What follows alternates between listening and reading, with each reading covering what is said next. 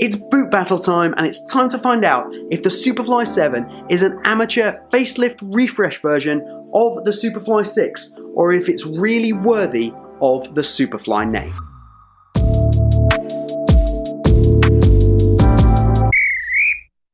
What's up guys, James here from Boot Wizard Boot Reviews, and today we're doing a huge boot battle. We're going to take the Superfly 6 Elite and we're going to put it up against the Superfly 7 Elite. So this is the new generation against the old generation, and we're going to answer the questions. Is it worth spending your money on the 7 Elite, getting the brand new pair, or should you go and grab the 6 Elite and manage to get those on discount, on sale, because now they're heavily reduced? Have Nike done a good enough job between the two generations? All those questions and more are going to be answered, so stick around, get subscribed, like the video, and we'll jump straight into it.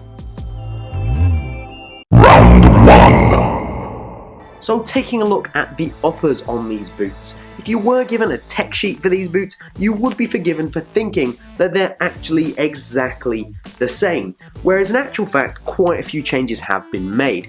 But they are both Flyknit uppers, they both have Nike skin coatings, they both have ACC, and they both feature Nike's Dynamic Fit collar. So what is the difference? So while these are both Flyknit uppers, they're actually made in very different ways. The Superfly 6 Elite is one type of Flyknit that runs all the way through the boot, and then it has a Nike skin coating on top, which is reasonably on the thick side, and then it has these speed ribs built in, which are pieces of silicone that have been added to the top of the boot in order to provide texture and grip on the ball.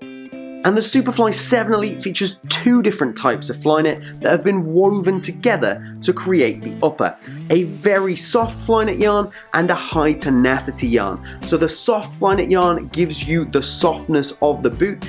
The upper on this is far softer than what you're going to find on the Superfly 6, and then the high tenacity yarn gives the boot its responsiveness and its structure. You can't just have a soft boot, it has to have structure to be responsive and to act as a football boot. It's not as simple as a pair of running shoes are.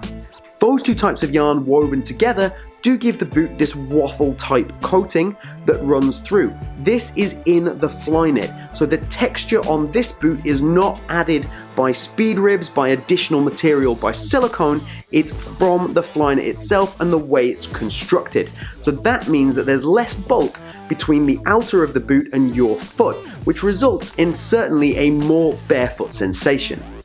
The Nike skin top coating on the Superfly 7 Elite is also much thinner. It is the thinnest layer of Nike skin that we have ever seen applied to a pair of boots, and this goes a long way to solving a problem that we had with the Superfly 6.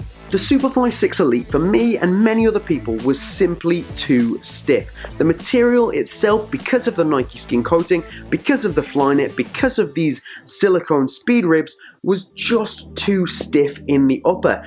It just wasn't what you wanted from your pair of Mercurials. You want something to wrap your foot more closely and to be softer, to give you a better touch on the ball. You didn't get that from the Superfly 6. The advancements in the upper on the Superfly 7 means that they have managed to fix that in quite an impressive and quite a dramatic way. So let's score the round. For me, the differences between the two, the improvements on the Superfly 7 are impressive enough and drastic enough to make this a very easy choice. This is definitely a win on the upper round for the Superfly 7, and it is a 10-9 victory. Round 2. So we've got a new generation of speed boot here, so we're hoping they're going to get a bit lighter as well. The Superfly 6 Elite weighed in at 198 grams, which is really impressive generally for a boot these days. Then we're going to compare that to the brand new Superfly 7 Elite, and that one comes in at 198 grams. They are exactly the same weight, both my size, UK 8. There's been no improvement made, but it's also not got any worse. Nothing to complain about, and from a boot battle point of view, it's 10 points all. Round 3. So an area where we've only had minimal changes is in the outsole.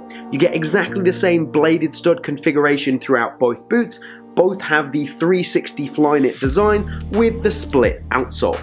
They look basically the same, but what is the actual difference? There are only really two main differences, the first one being that the studs on the Superfly 7 are 1mm longer across the board. This is designed to give you extra durability and better traction, and I don't know whether it's a placebo effect or not because I know this, but it seems to work. These do feel a little more aggressive due to the extra length in the studs. The only other difference is in this white area here.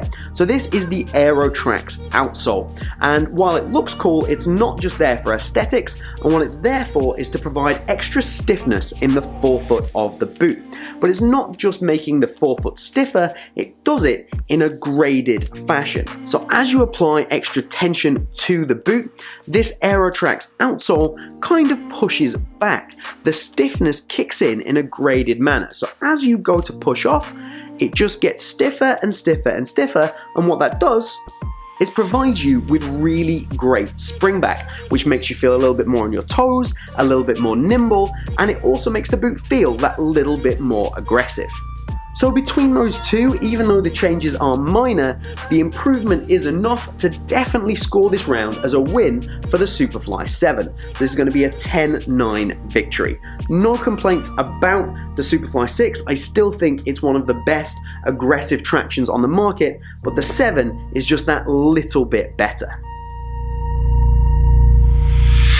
Round 4. So looks is another area where you could be forgiven for thinking that these boots had not been changed at all. They are very, very similar. The only noticeable difference really is that the height of the collar on the Superfly 7 is ever so slightly lower, which in my view just makes it more and more pointless the smaller and smaller that it gets, especially considering that Nike charge such a premium for their Superfly models just because they have a collar. Remember that the Superfly 7 and the Vapor 13, the Superfly 6 and the Vapor 12 are exactly the same boot. The only difference is this collar.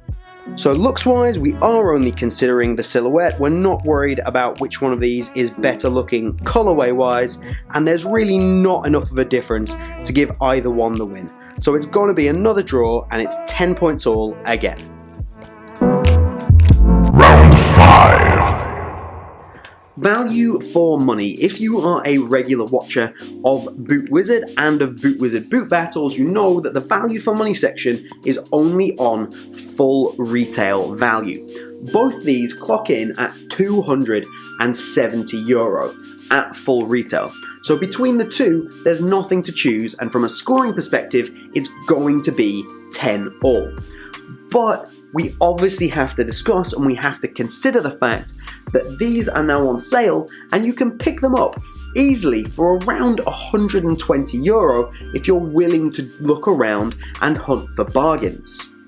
So as it's a boot battle and we just want the best of the best, it is for me the Superfly 7, but the Superfly 6 is definitely well worth considering if you can pick it up at a good price. It is still an exceptional boot. We're still probably the best speed boot of last year, of most of this year, and it's well worth your money if you can find it on sale at a good price, which you definitely can these days.